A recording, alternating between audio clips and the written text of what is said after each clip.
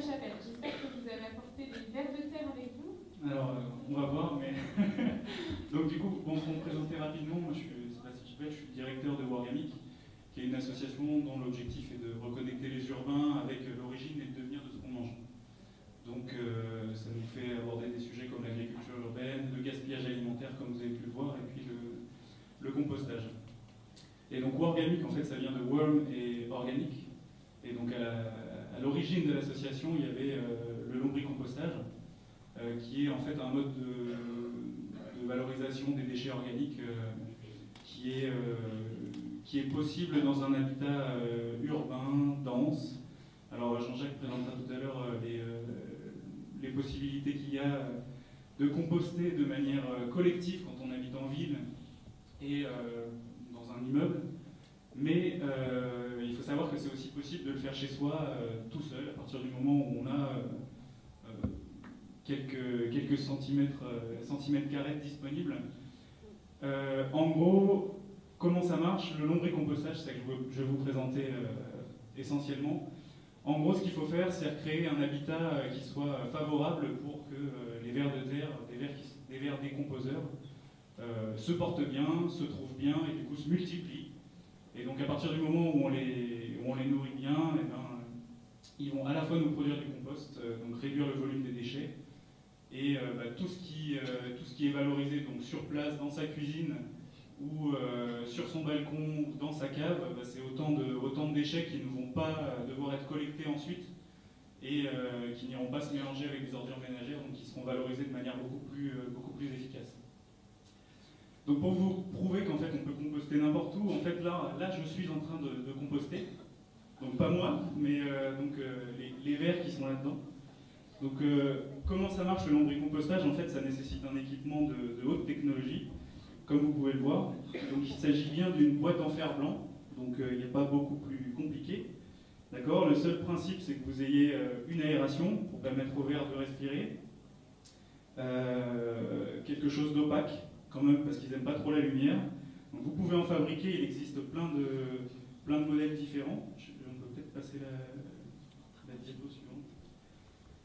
Et donc vous vous retrouvez avec un petit bac comme ça, avec vos vers de terre. Vous pouvez mettre une poignée d'épluchures, une poignée de carton, ou de papier journal, ou de matière sèche comme on dit en général.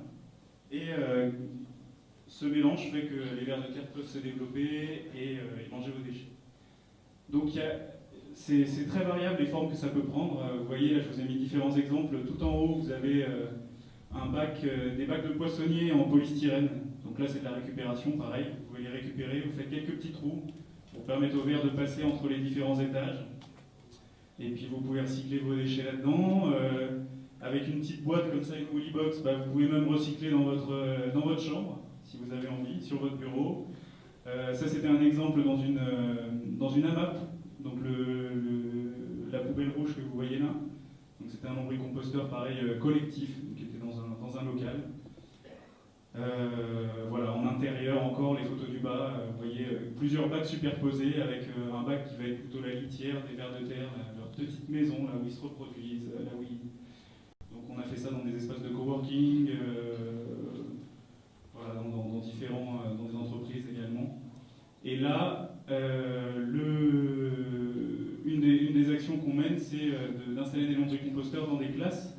Et donc on a installé plus de 70 lombricomposteurs depuis 2010, et à peu près le double en fait en animation. Donc là on installe des lombricomposteurs, on explique aux enfants comment ça marche. C'est mieux? C'est mieux? Pardon.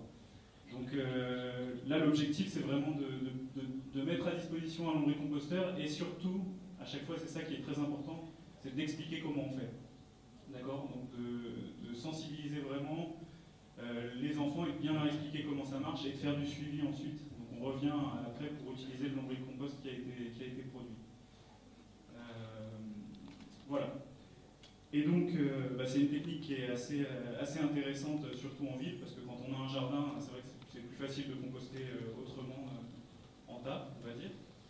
Et donc un des problèmes qu'on avait identifié, c'était de se dire, c'est vrai que quand on parle de vers de terre, en général, il y a une personne sur deux qui part avec un mouvement de recul assez important et puis éventuellement un rictus. Donc ce sur quoi on a travaillé, en fait, c'est la diapo suivante du coup.